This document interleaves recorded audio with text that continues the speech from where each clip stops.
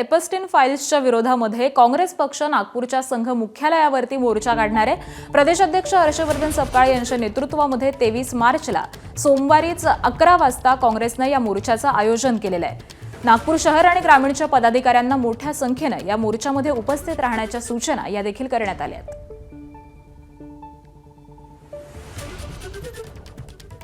तर प्रदेशाध्यक्ष हर्षवर्धन सपकाळ यांच्या नेतृत्वामध्ये काँग्रेसनं या मोर्चाचं आयोजन केलेलं आहे। एपस्टीन फाईलच्या विरोधामध्ये नागपूरच्या संघ मुख्यालयावरती हा मोर्चा काढण्यात येणार आहे। प्रदेशाध्यक्ष हर्षवर्धन सपकाळ यांनी तशा प्रकारच्या सूचना देखील केलेल्या आहेत। त्यांच्याच नेतृत्वामध्ये 23 तारखेलाच 11 वाजता काँग्रेसनं या मोर्चाचं आयोजन केलेलं आहे।